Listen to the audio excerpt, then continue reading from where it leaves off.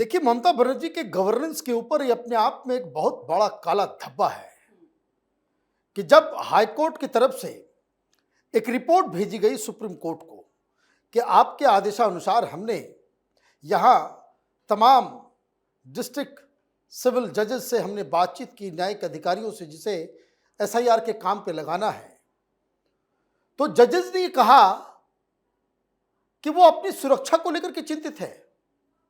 मतलब पश्चिम बंगाल के अंदर जजेस भी सुरक्षित नहीं है। ये पहली चीज है। क्या आदेश आया वो तो अपनी जगह पे है। ये बताता है कि ये किस तरीके का सिचुएशन, अगर ये इस तरह की रिपोर्ट किसी बीजेपी रूल्ड स्टेट में होता, मीडिया में अभी यही इस बात की चर्चा हो रही होती कि जजेस आर नॉट सेफ। और कोर्ट से फैसला आया, मालूम चल रहा है कि पश्चिम बंगाल के 5 डिस्ट्रिक्ट जो कोर्ट्स हैं उसमें ईमेल आ गया कि बम छोड़ा देंगे। तो आप ये समझिए कि जुडिशरी भी किस सिचुएशन में काम कर रही है। दूसरी चीज कहा गया उस चिट्ठी में कि हमारे पास जितना समय है और जितने कंप्लेंट्स हैं 80 दिन लगेंगे।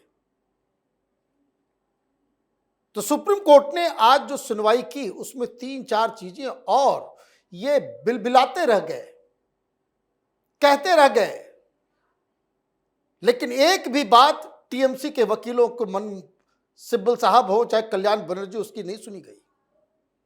जज ने कहा लोग कम हैं तो बगल के राज्यों से, झारखंड उड़ीसा से आप लेकर के आए।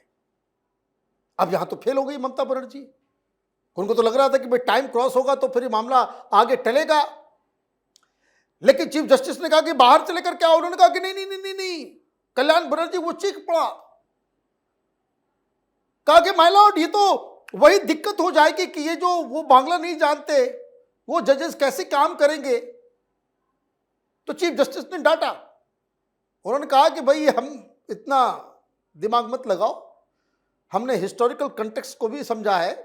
ये सब चाहे उड़ीसा हो चाहे झारखंड हो, पहले बंगाल का हिस्सा था, ये सारे लोग बंगाली समझते हैं, बेकार की बातें मत करो। तो जजेस जो है वो आएंगे, जजेस बाहर से आएंगे, उसका सारा खर्चा वर्चा जो है वो इलेक्शन कमीशन ये करेगा।